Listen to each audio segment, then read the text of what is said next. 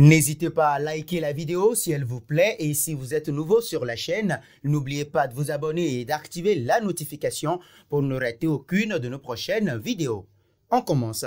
Opposé au FC Séville pour son troisième match de championnat, le FC Barcelone a perdu ses premiers points cette saison au terme d'une rencontre disputée 1-1. Antoine Griezmann a encore été l'auteur d'une prestation insipide. Si le technicien hollandais s'est montré patient avec la star française depuis son arrivée, cette fois-ci, il demande à son attaquant d'élever son niveau de jeu et a pointé du doigt son manque d'efficacité. 3 matchs pour 3 prestations mitigées. Griezmann débute la nouvelle saison comme il avait terminé la précédente.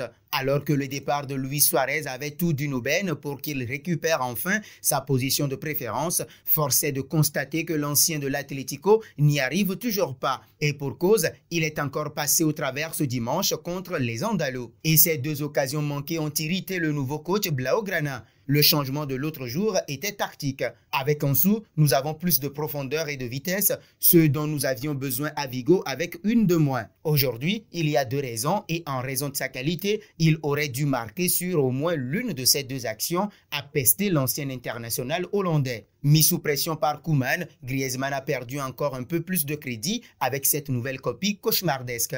Alors que la recrue Francisco Trincao pourrait lui griller la politesse, le natif de Macon suivra attentivement ce dernier jour de mercato au cours duquel un nouvel attaquant pourrait bien débarquer. Aux dernières nouvelles, Memphis Depay, qui est déjà d'accord pour venir, ne serait plus très loin du Camp Nou. D'ailleurs, le directeur sportif de l'OL l'annonce déjà. On a déjà expliqué que Memphis, c'est sa dernière année de contrat. Il est déjà tombé d'accord avec le Barça, on ne le cache pas du tout. Peut-être que demain, aujourd'hui, il partira au Barça, mais il n'y a rien de sûr, a indiqué le dirigeant brésilien. De la concurrence donc en perspective pour l'attaquant français, dont la confiance et le moral ne sont plus au beau fixe depuis la saison dernière. Enfin, pas vraiment dans les plans de Koeman qui s'en cache à peine, Ousmane Dembélé pourrait être l'un des grands animateurs de cette dernière ligne droite. Un éventuel transfert à Manchester United semble aussi toujours d'actualité. D'ailleurs, son départ pourrait ouvrir la voie. Dembélé, qu'est-ce qui est sûr aujourd'hui dans le monde? Je ne sais pas. Pour le moment, c'est un joueur du Barça.